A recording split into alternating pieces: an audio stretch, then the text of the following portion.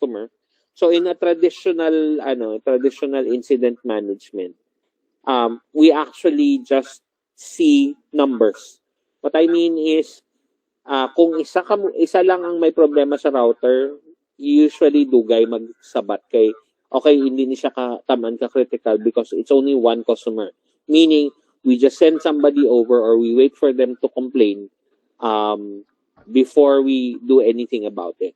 Whereas service-centric operations, we already look at, okay, may problema ang isa ka customer, nga may problema siya. Ano specifically ang problema niya?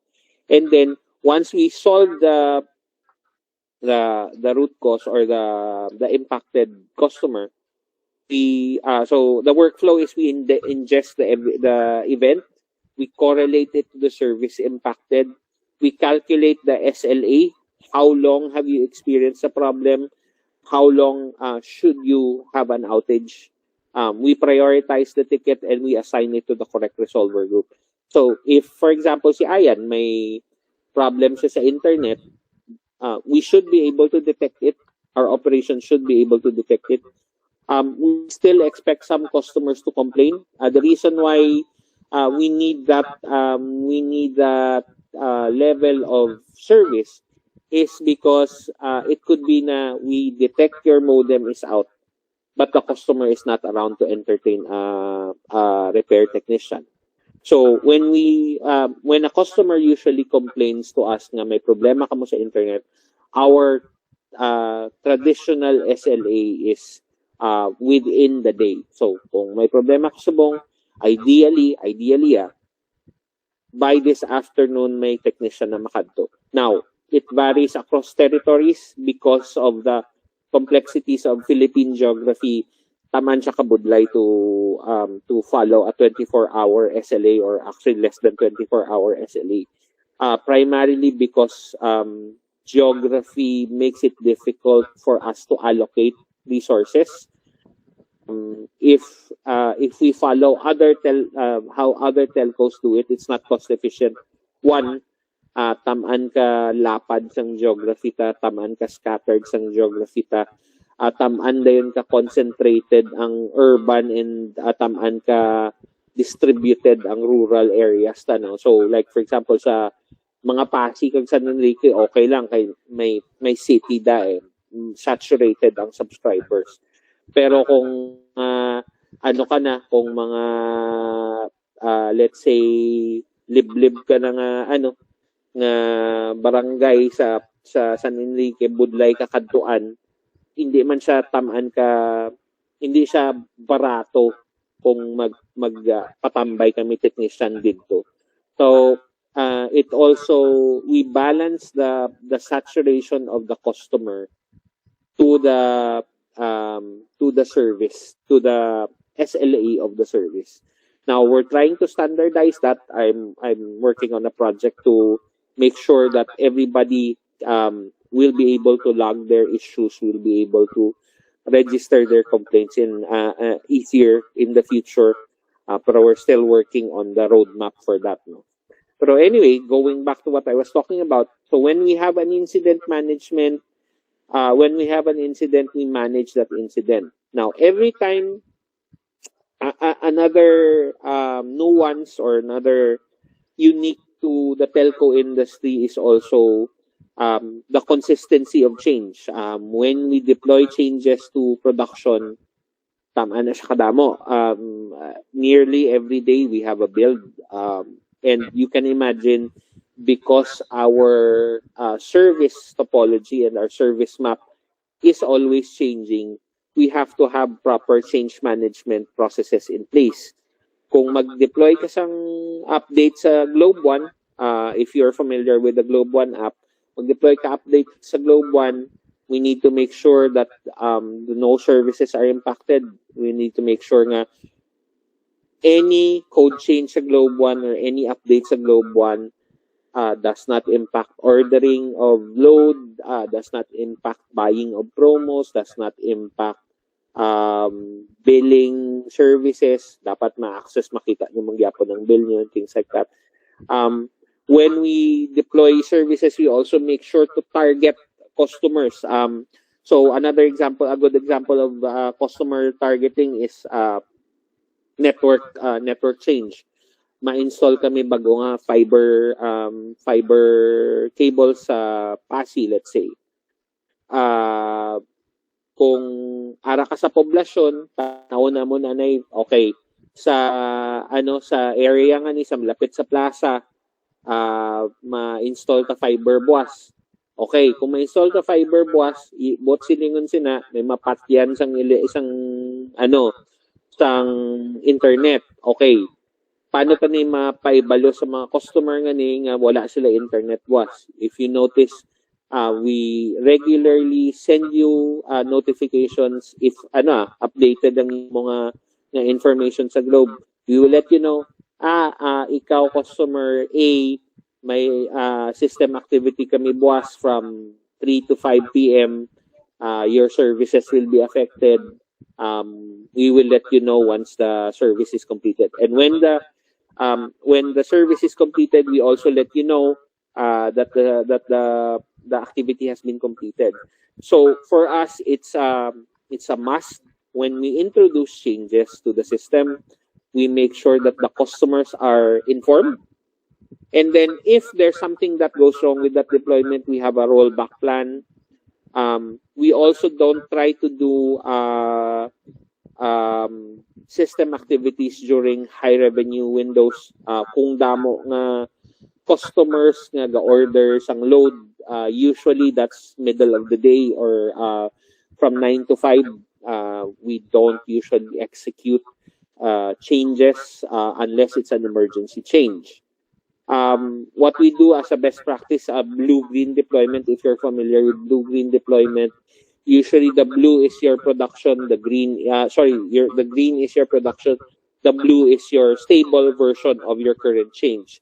So when we deploy the change, i-point naman ng service to the blue environment. If it fails, we switch it back to the green environment. Not familiar with canary testing, but it was a suggested best practice. Also, automated rollback triggers. When we do build, kinahanglan ma-rollback siya automatically. We don't need to have a human in the loop to execute scripts or execute code changes para lang ma-rollback ang change. No? And then we also augment change management and incident management with closed-loop automations. Mainly, this is cloud-based. So, if, for example, if an ordering server has 85% utilization, our threshold is 80%. We have auto-scaling Kubernetes pods that support the servers. We need to ensure that we have the right metrics to validate against for the SLA. So what's the right CPU utilization? What's the right memory utilization? If an incident should happen, the pod should auto-scale para there are more compute resources available to the service. And then once the issue has been resolved, if nag-normalize ng the incident gets closed automatically, the pods that were scaled up begin to scale down again to the right size. We also have automation layers that orchestrate automations, that maintain network policies and VPN policies. We have we monitor feedback loop, not just in terms of the server. So when the server gives feedback and logs, we monitor that. But we also have dedicated social media teams to scour the internet, make sure that any outages in this area have been resolved, ang feedback from the customers and things like that. We need to make sure that from an IT standpoint, we are closely aligned with our business counterparts para when a customer complains, we are there to address it right away. Okay? I think we're towards the end of the presentation. Where we've talked about IT service operations. Now we talk about cybersecurity practices. So with telcos, very critical for us cybersecurity. We have an entire information security division or an information security group that manages security operations. Any security incident which is related to customer breach or internal breaches like may phishing scams or phishing emails na ginasend sa Globe emails namon, we always have security operations for to do that, no. So what our philosophy is based on zero trust and 5G security. Zero trust architecture is about not trusting anything in the internal traffic. We need to make sure that any access is identity based. So for me, when I log into the to Globe, it's always I always need to verify it on my phone. It's not a password login anymore. Sometimes you use passkeys, but right now we're using something called Okta FastPass, where you have to have 2FA always configured, and then your 2FA configuration is specific to you, not to anybody else in the organization. We apply our zero trust architecture to network functions. So your calls, your internet, we make sure to secure that. Our BSS systems, kung order ka postpaid, we make sure that it's encrypted. Your data is protected. When you register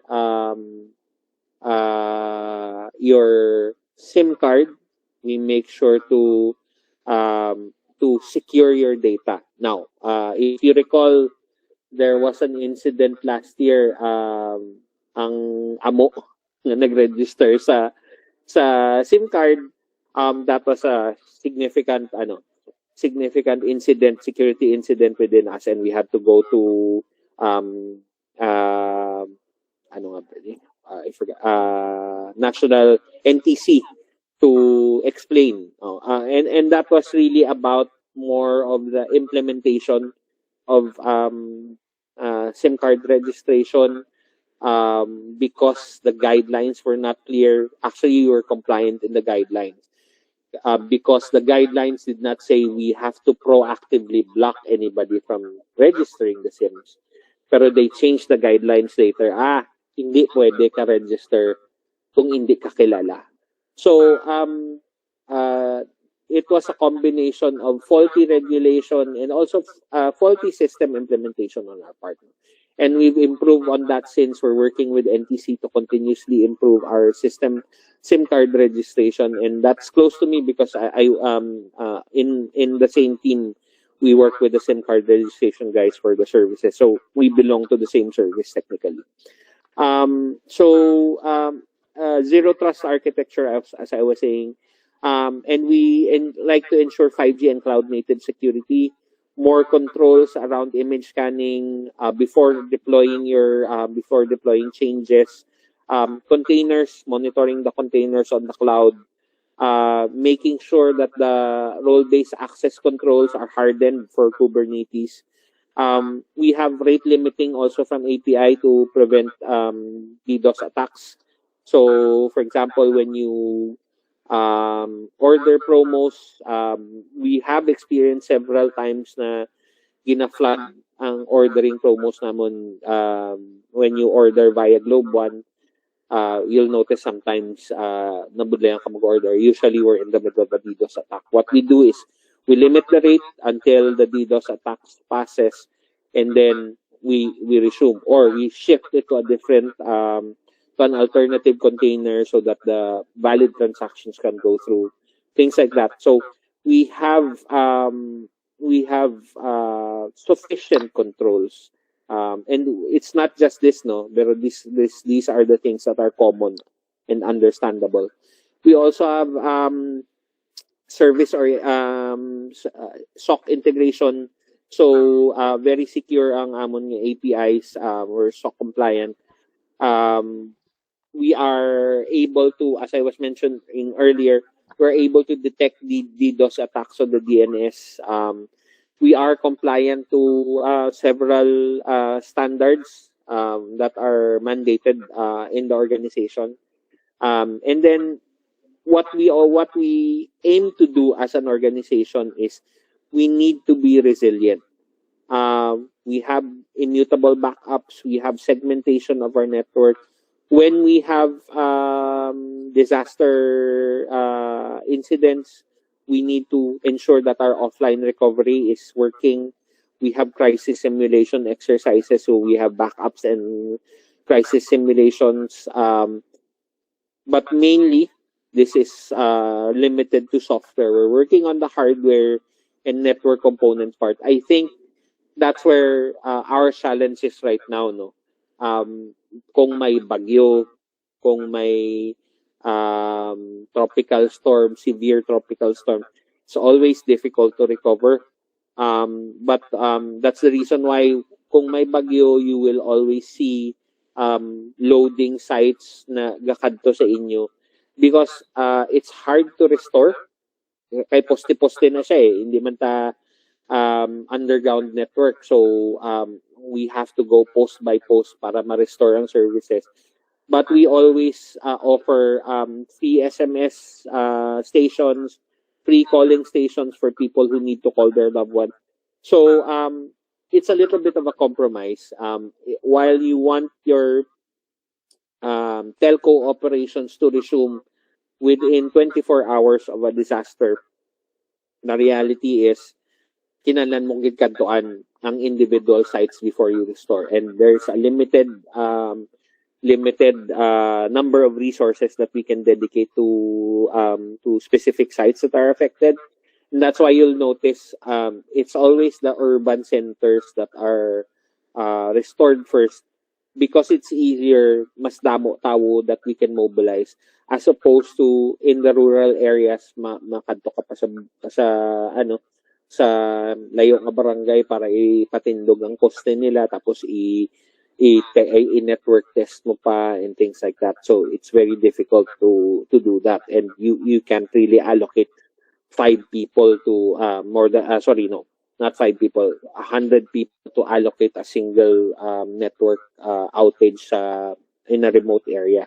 So that's what we try to do when we talk about disaster recovery, no.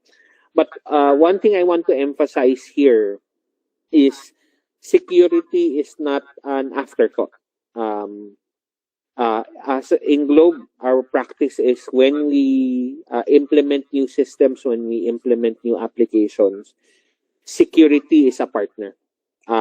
It's embedded in the life cycle of the service, and it's not an afterthought na, okay, kinahanglan tagali isang login protocols or kinahanglan tagali i-mask ang PII data. It has to be involved at the design phase, actually at the at the ideation phase pa lang. Pagka panumdum mo na sang idea, may bago ko nga service na gusto ko i-implement, paano ko i-secure? That's always a requirement. Okay?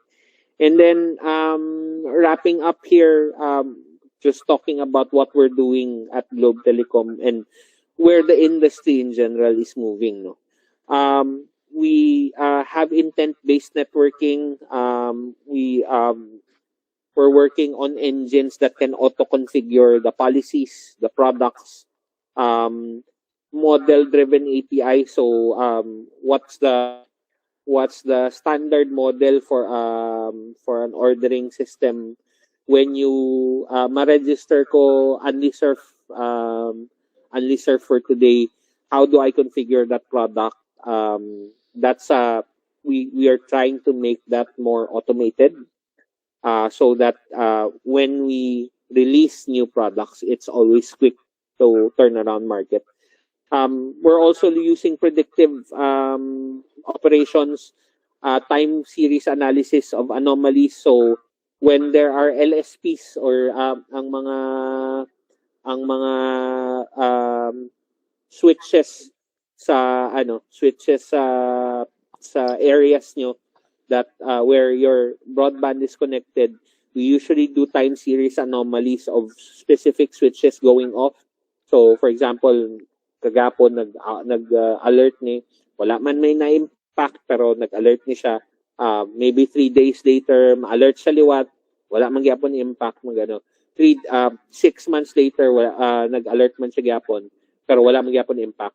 We start to detect na may problem ang switch nga na, which means na we need to start paying attention to that switch.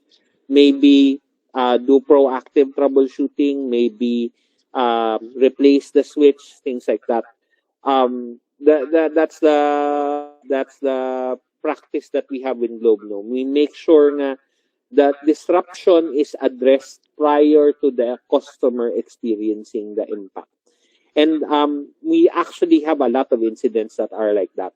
Pero syempre, because wala na batyagan, nobody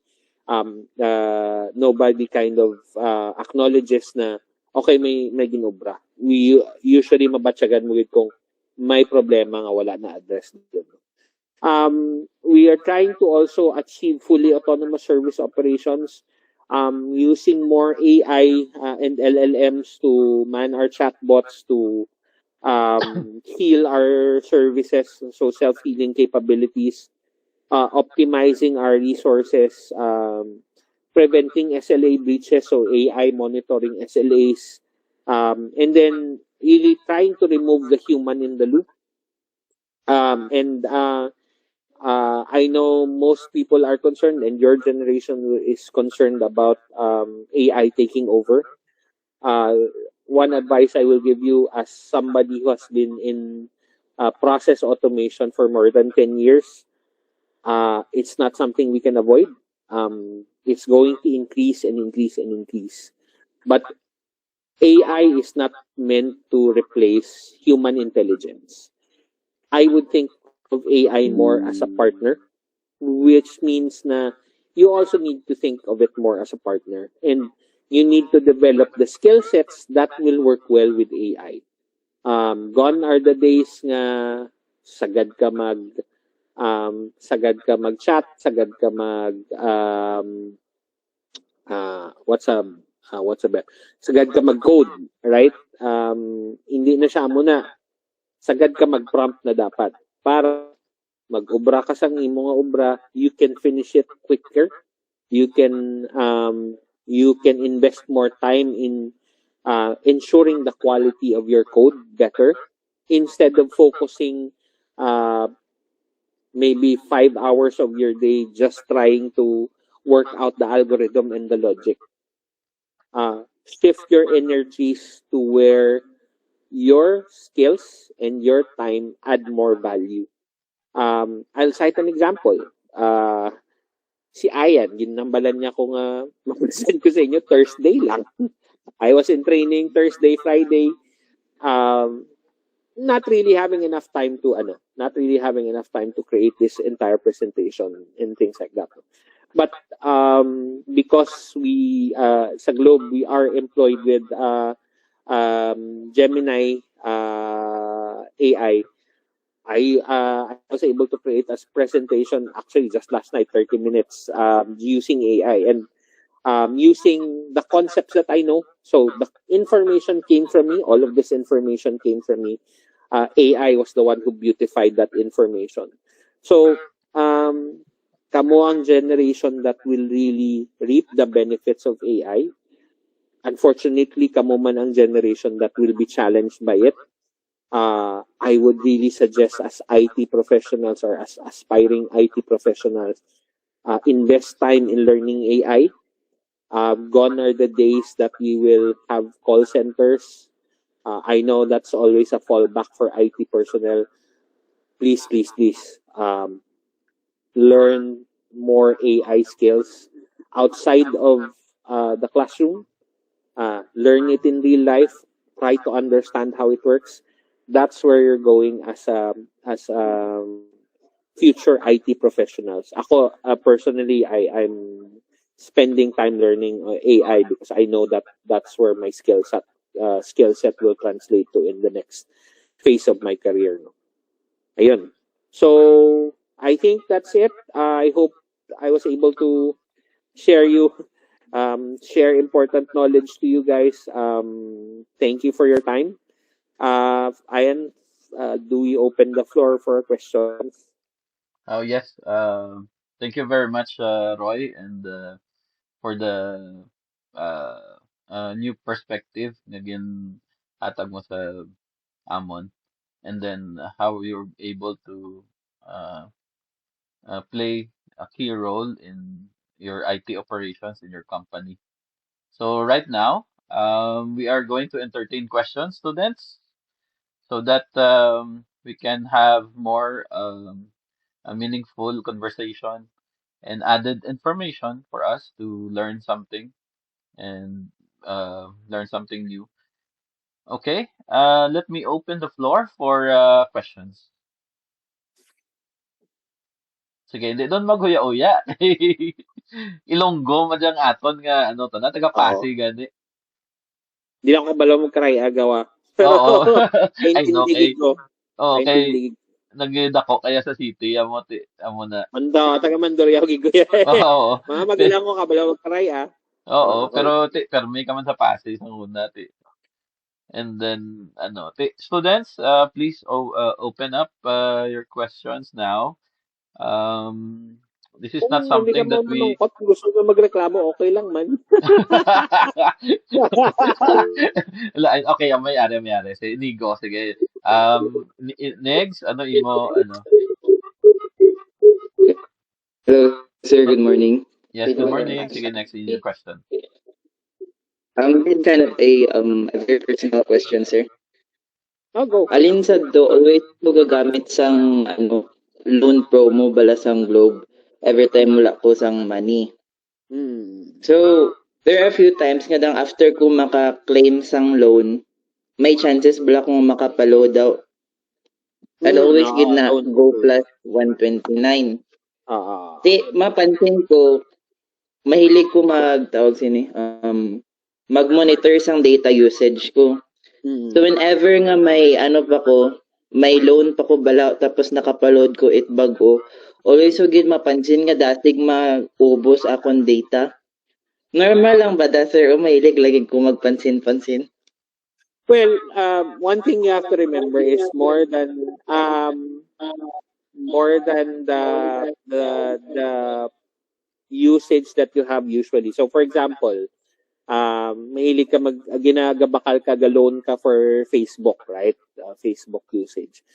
Ang observation ko, and this is not specific to you, observation ko with customers is customer behavior is that hindi nyo mabatsagan ang data na gina-consume sang back-end phone services mo. Hindi mo mabatsagan ang data na gina-consume sang background applications mo. Some actually don't realize na ang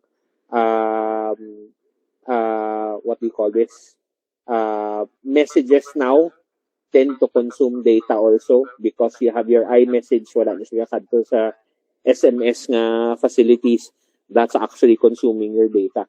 So, yes, unfortunately, in the modern age, we've seen that data usage is increasing.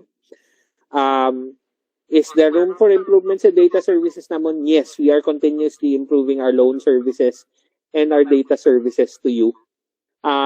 If I may suggest, more than the unleased promos, ako personally, I use GOMO. Mas prefer kong GOMO kay mas Yes. controlled ko ang data and the data does not expire. Now, yes, it's a little bit more pricier, pero it takes longer to consume 30 gigabytes of data over X amount of time as opposed to an only surf or an only 500 MB nga promo within a day, 1 day lang siya valid. To me, bigger is better because hindi mo mabatsagan ang data usage. But then again, that's also personal preferences. My advice to you is just make sure you always monitor also your back-end applications and making sure na you allow data. Medyo tedious siya. So what I do, especially when I go abroad, I turn off all my application services. So diri sa Pilipinas, I don't care much because my plan allows me in such a way to have more data allowance. But I understand where you're coming from as a customer, no?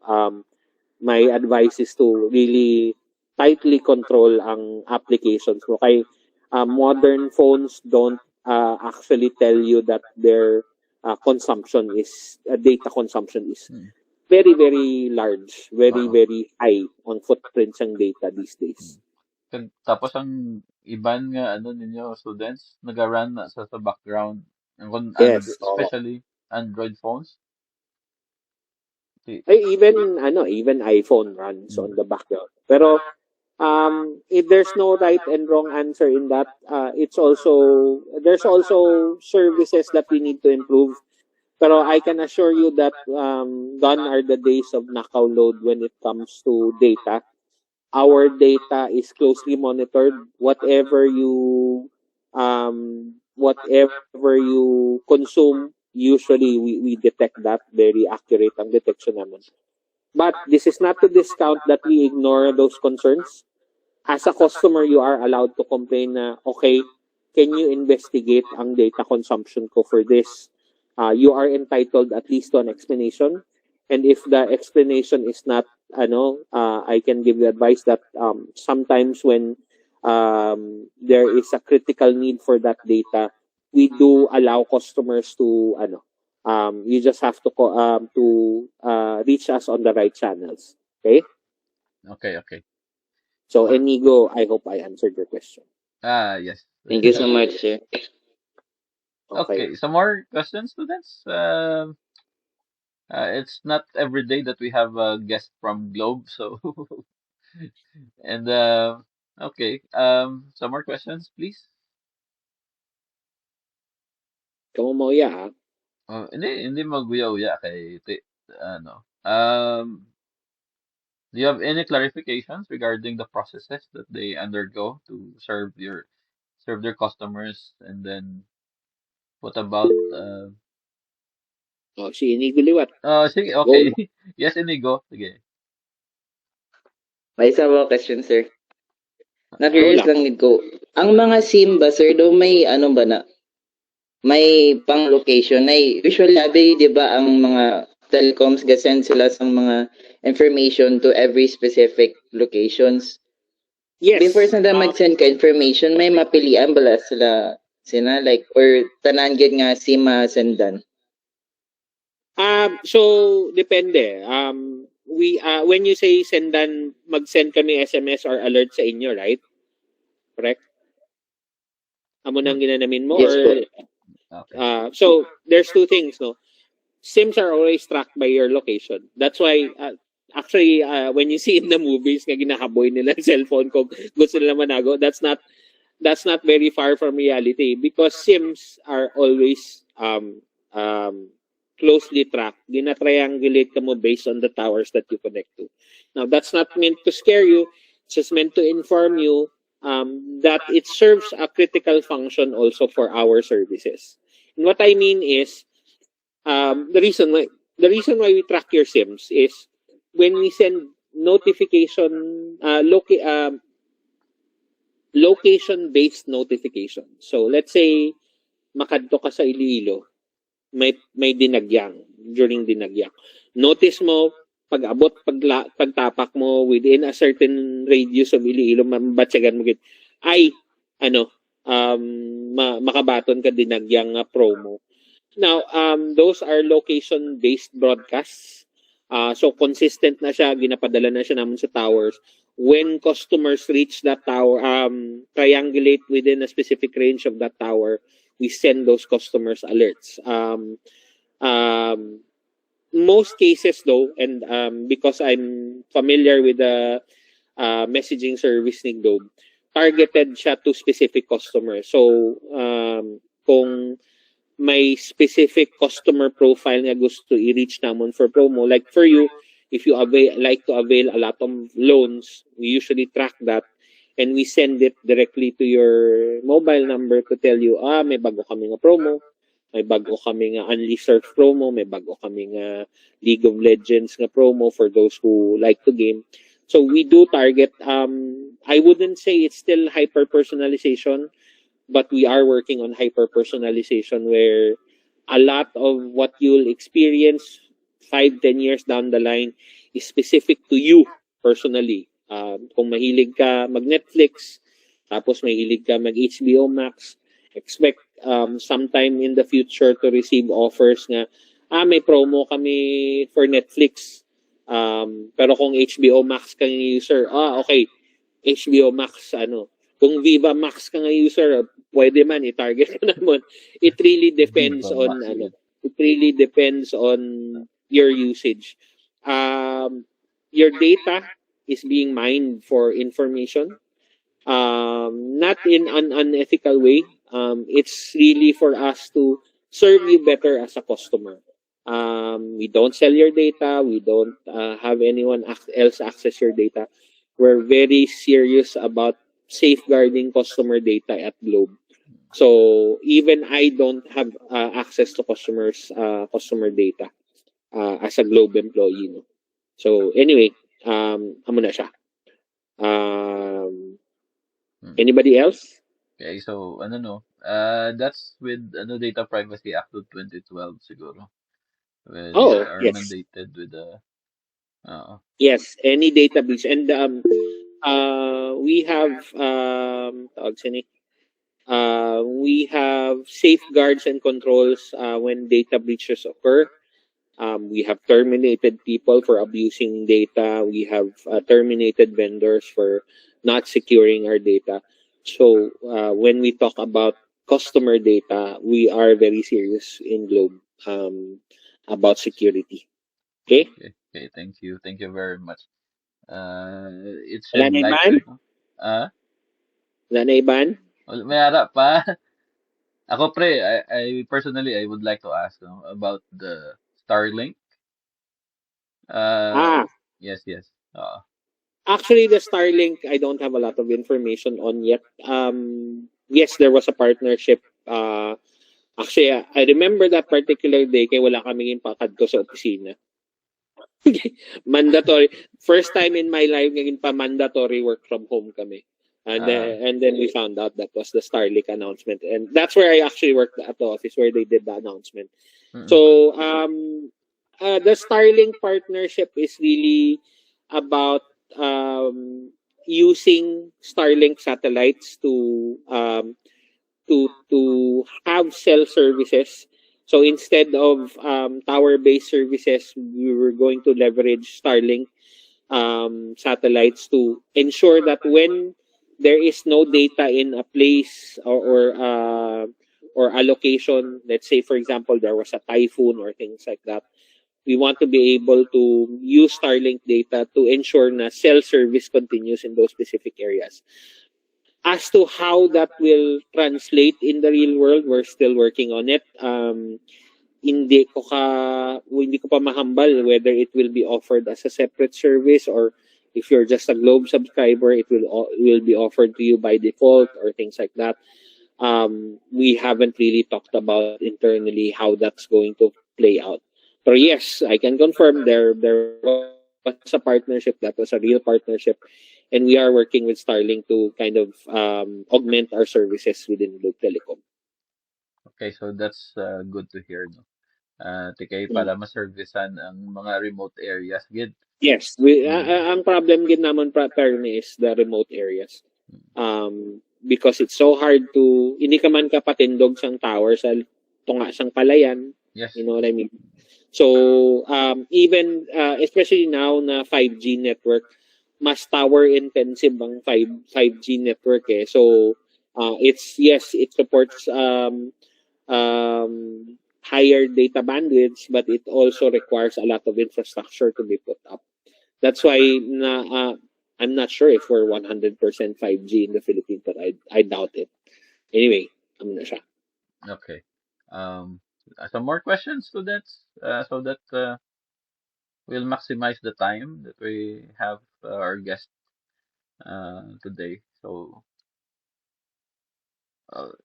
girls, daw perde ka mo ni Inigo ha? Why ka mo mangkot? Si Inigo lang yun. UI, do you have any question? Or Pauline? Sige, you may turn on your mics.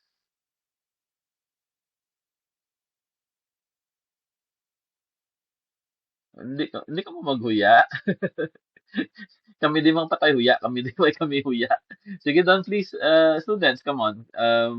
Do you have any clarifications or okay, okay. So, ano, respected. Um, Wala siyang may mareklamo. Sus, kisala ka mo oh, reklamuhin siya. Reklamuhin niya si Roy Ari di. Bala Oh, ka mga reklamo niya. As somebody who works in case management and customer relations systems, we have social teams that constantly alert us about your complaints. yes. So, you don't get, it's not every day that you get a Globe employee in front of you to complain. And Yes. as an advocate of taking care of our customers, I really believe in that. I really believe in that Mantra. part of Globe. That's why I work with Globe, because that's our primary concern. It's not having the most subscribers. It's not having the best data. It's having the best quality of service and taking care of our customers. So for you guys, if you have any concerns that you would like to raise, I'm opening the floor for you. Mm. Okay, as an IT practitioner, no, besides AI and automation, where do you think the IT industry in the Philippines will go on? What will be the trend and paano ang new graduates makasabay sa they are going to graduate this after It's the going to be a semester. challenging job market for sure. Mm. Una, tamang ka-saturated siyang IT industry right now. But also, where our challenges are is actually having more, these days, more people are interested in being managers than coders. I would still encourage you to develop your coding skills, but be more efficient about it. That's why I was saying use AI as your partner. But outside of the AI skills and things like that, the good thing about the IT industry now is taman kadamo sang fields that you can expand into. So AI is not just about training LLMs. It's also about there's an industry called prompt engineering. For those who are familiar with ChatGPT, Province. people are more involved in prompt engineering. That's why people are also saying other than IT skills, you need to shape up your data management skills and your linguistic skills, because those are fields where you can excel as an AI practitioner.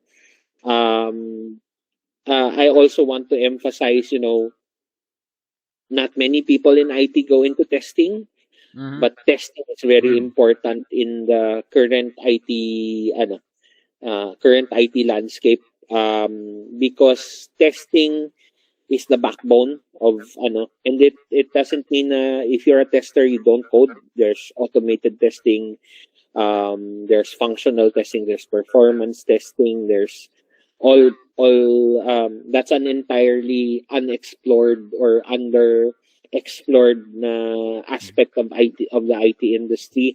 Gray area. Yes. And then business people, there are a lot of IT professionals tend to focus too much on technical. Pero actually, like for me, I don't actually do coding much. I know I did coding maybe 10 years ago. That was the last time I did coding. I did coding to teach at CPU. Pero amo lang na. Wala na ako nag-code for work. But where my skill set lies is strategic. I look at customer behavior. I look at business trends. I look at in general what makes sense for our customers. And by focusing on those things, I don't necessarily have the coding skills, but I also am able to contribute as an IT professional by planning how services, road mapping services, making sure that the capabilities that you need as a customer are ready when you need it. So prediction of trends sa services and how you use our services. Mm. Some things like that, those are also underrated na IT skills. Mm. So IT, the great thing about IT more than computer science is that IT is more attuned to the business, more closer to the business, which gives you an advantage. Okay, you can go out and you don't have to be a coder. You can be something else. You can be a business analyst. You can be a change manager. Anything. You can be a business readiness expert, things like that. So makadamo siyang field sa IT. But mainly, I'm seeing that AI will be the main driver.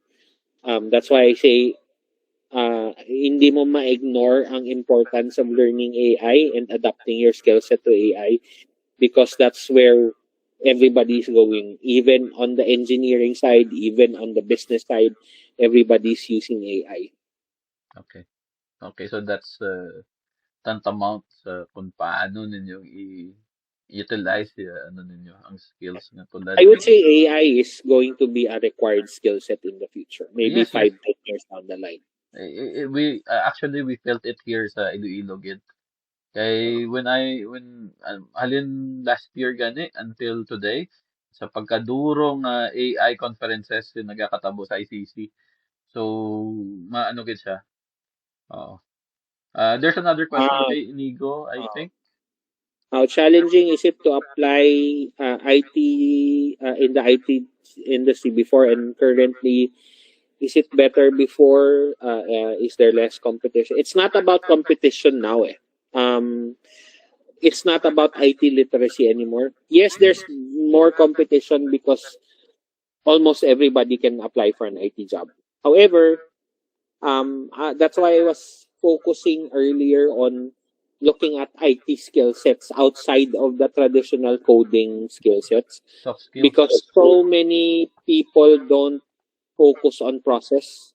So many people don't focus on the business aspect of IT. That's where I think you can contribute. Now, is it to say kapos mag-apply? It depends. And it depends on also your personal discarte. Is for lack of a better word. What I mean is most people choose to be freelancers these days. People that I worked with 5, 10 years ago, most of them, 60 to 70% of them are now freelancers, doing their own thing. One, because they prefer not to go into an office. They prefer to work from home. Um, most highly paid IT professionals are actually digital nomads, people who don't have offices. They just go around the world looking for IT jobs that may be relevant to their skill set, things like that. So it's challenging, but at the same time, I would say it's easier to apply because you can apply volume. Kadamo ka na siyang channels where you can apply jobs to. You have LinkedIn, you have I don't know if JobStreet is still a thing. Haven't applied in a while. There's Indeed.com, and there's a lot of freelancing sites, no. So if anything, there's more jobs out there available. It's more the people who need to understand that their skill sets need to be targeted rather than daw doktor bala pinanlan mo mag-specialize. Hindi pwede GP ka lang or ano. You can not to say na you cannot achieve success as a GP, but GP is more saturated, meaning mas damo ka sa competition. Pero if you focus on specific aspects of IT, I would say it's easy to apply. Okay. I think Inigo, is it acceptable na ano okay. So bulan ko na ano lang kamo medyo kabado. Iti mag-graduate kag siyempre matrabaho na, di ba? And you're looking for potential landing on IT jobs in the future. So muna, ari na ang IT expert naghambal na sa inyo.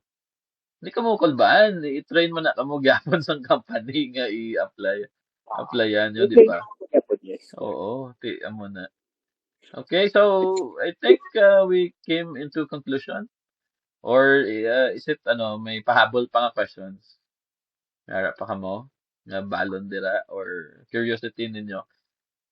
Meron pa? Okay.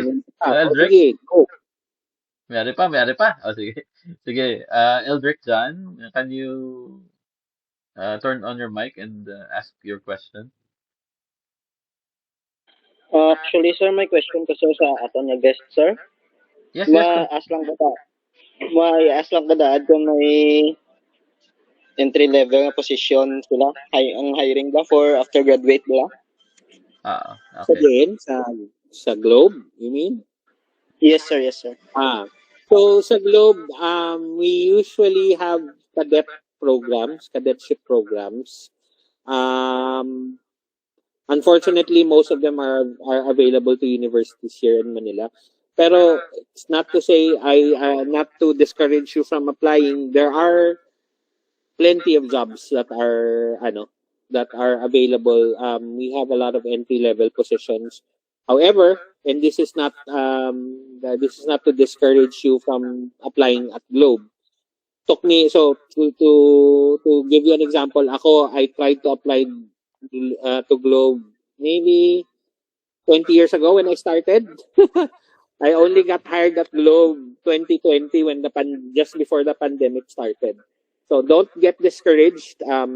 Always try to apply whenever you see job postings online. We have a lot of postings sa LinkedIn. But I also want to recommend you to a different industry if you're open to it. I would say GCash is a very attractive employer right now. It's very good. Hindi kami, to be clear, yes, the GCash as a concept originated from Globe, and they're still our sister company, but they're a completely different company now and a completely different level. Grabe sila. So for anybody aspiring to join a Filipino company, I would say, especially your generation, mas Gen Z oriented ang employee population nila. Globe daan medyo baby boomer pang employees. Baby boomers, Gen X, millennials, yes, damo millennials, pero they were on the older side of the spectrum. One, because the telco industry is undergoing significant transformation. Yes. Telco industry is facing.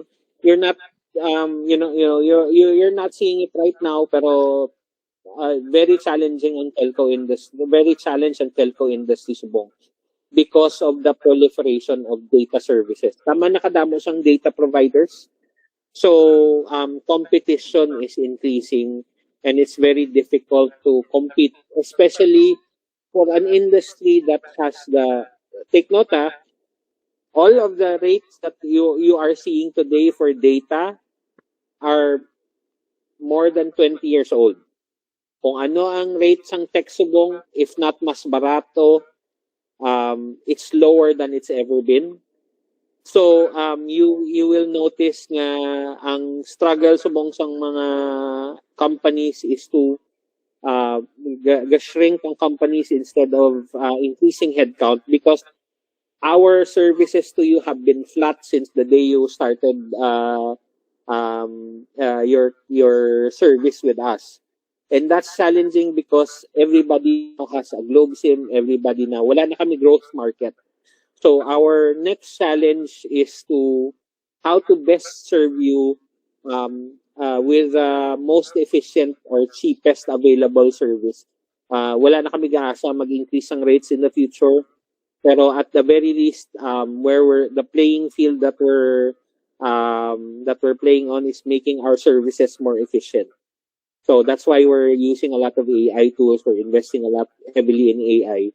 So I don't recommend Globe as an employer, not because I think they're a bad employer. I just think the telco growth market is plateauing. Look at GCash, look at ING, look at the digital banks because they're the industries that will be growing significantly in the future. Yes. Okay, so I hope you are clarified, no? Wisdom. Ganyan na, ano na mo. And I'm not saying that Globe is boring kay mga, ano It's na, not boring. So, hindi siya boring. Damo gyud man tigulang sa Globe and they're aging out of yes, the yes. ano. Natural Pero na. the roles that are aging out, they're also not quickly being replaced because we're looking to automate most of our operations. And even in the maybe shortly after the pandemic, I don't remember when was we did kind of had have a significant headcount reduction.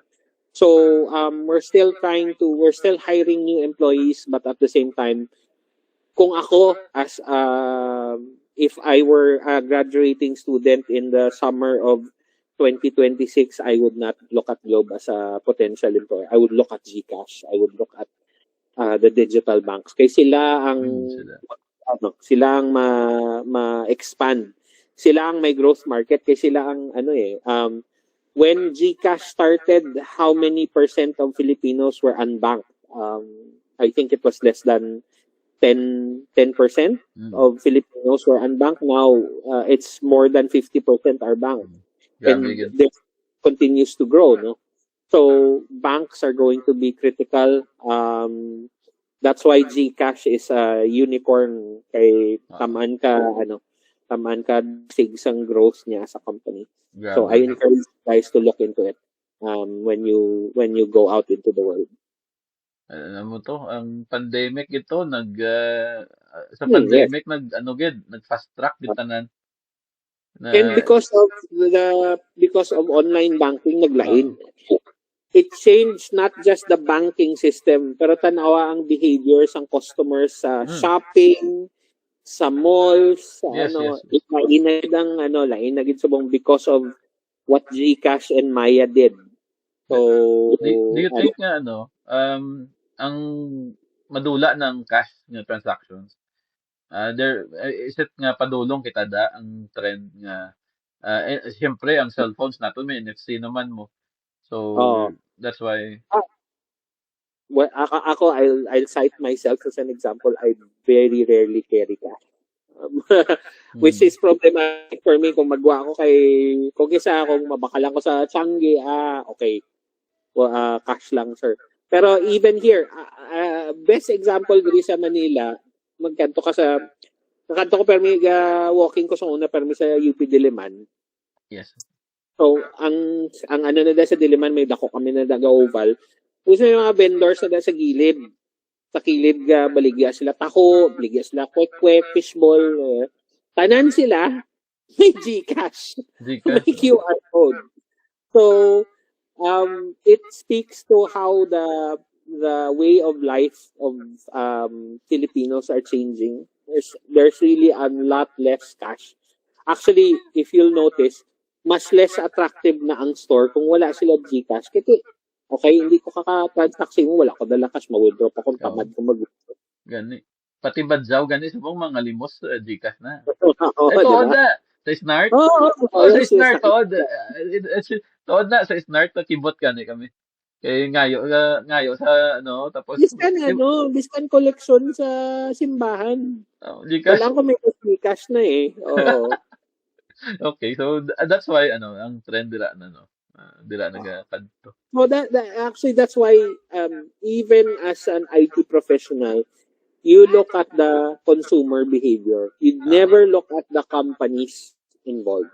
Look at how consumers are consuming services that will lead you to the right path. I'll give you an example. May friend ko sa una upod ko sa AIG shared services. We used to work in insurance. nag-retrench sila. I was retrenched 2019 and then 2020 again. My friend was retrenched in 2020, I think.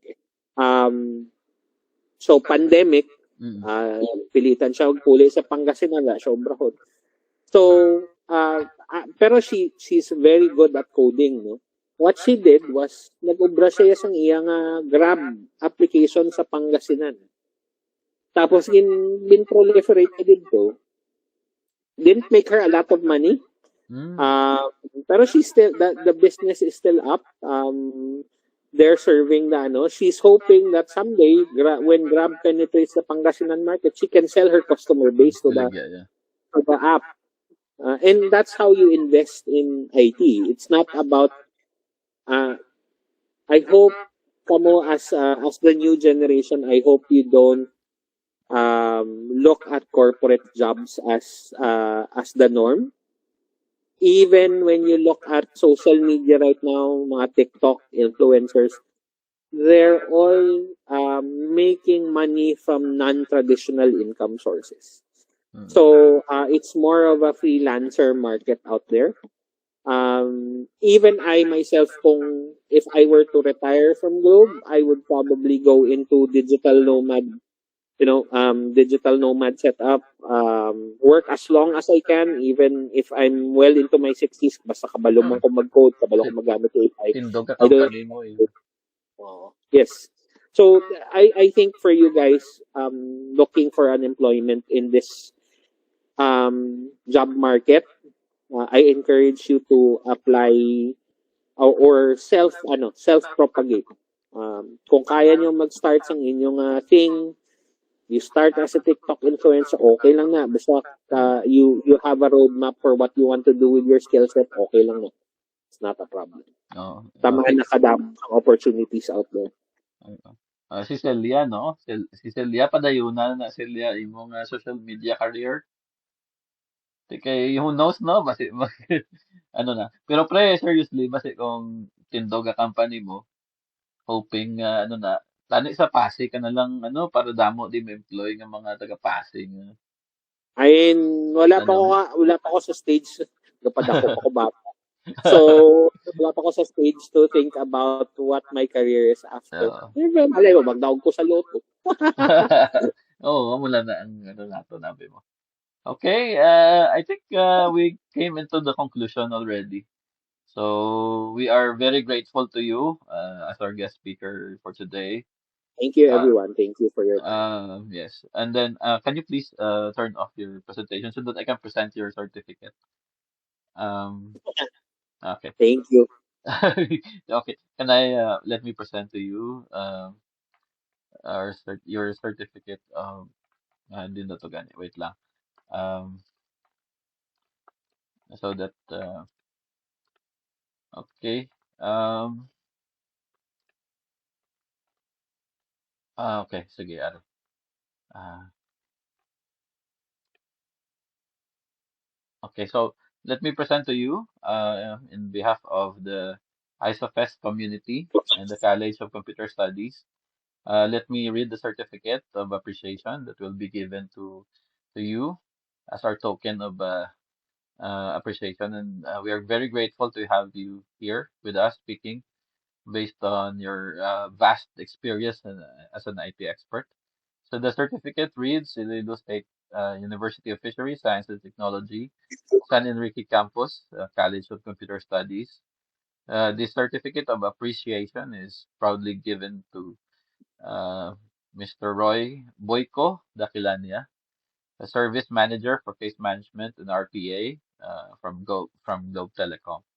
In grateful recognition of your invaluable contribution as webinar guest speaker during the subject seminar SEM tour of the College of Computer Studies, ISOFEST, San Enrique Campus. So your insightful presentation on the topic IT companies, organization structures, operations, and best practices has significantly enriched the knowledge and professional understanding of our students in the field of information technology. So your expertise and commitment to sharing industry best practices have inspired future IT professionals to pursue excellence and innovation. So given this first day of March, 2026 at ISOFest on the campus via Google Meet. Digitally signed, myself as Semtor faculty, digitally signed Wenda D. Panes, CDD, Dean, College of Computer Studies. So that's Thank about you it for much. today. Thank you so much to our guest speaker. So maybe, guys, can you turn on your camera, please, so that we can have a photo opportunity with our guest speaker. Okay, palihog lang. Palihog. Palihog lang, turn on sa inyong cameras so that makapapicture kita with our guest speaker. Okay, ready? One, two, three. Okay, wait lang. Um, wait lang.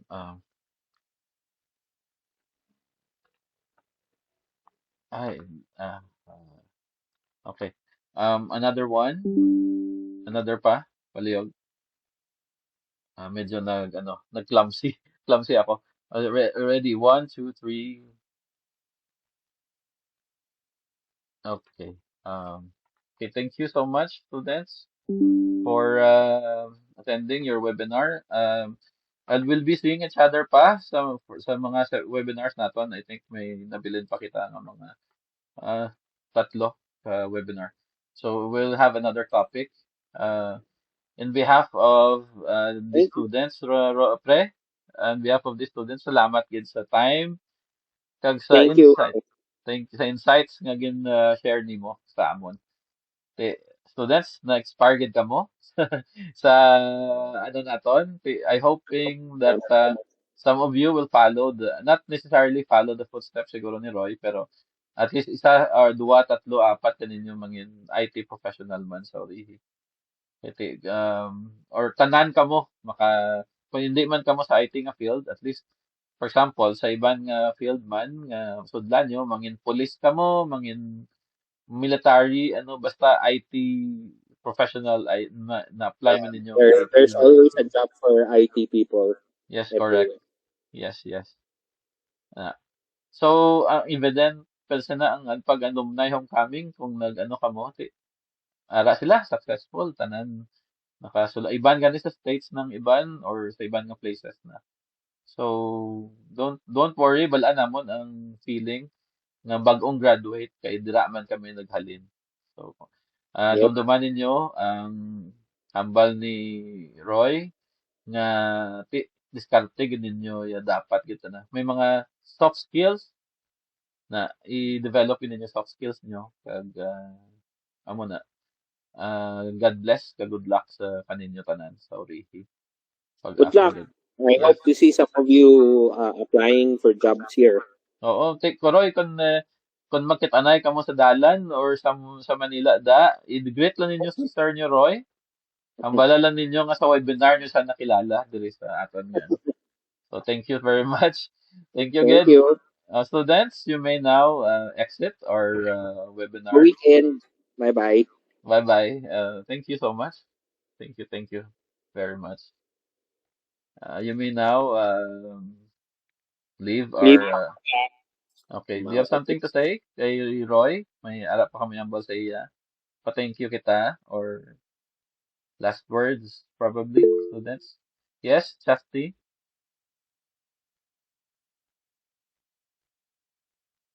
Hello. Do you have something to say? No more? Okay. Okay, sige. So thank you. You may now exit our webinar. Thank you.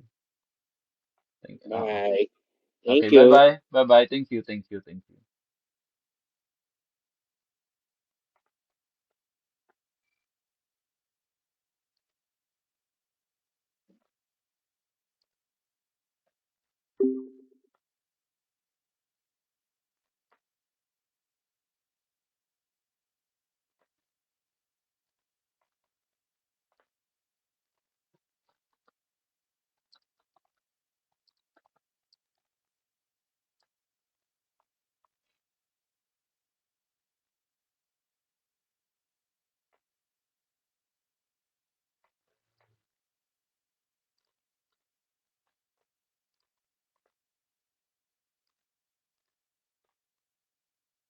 Thank you.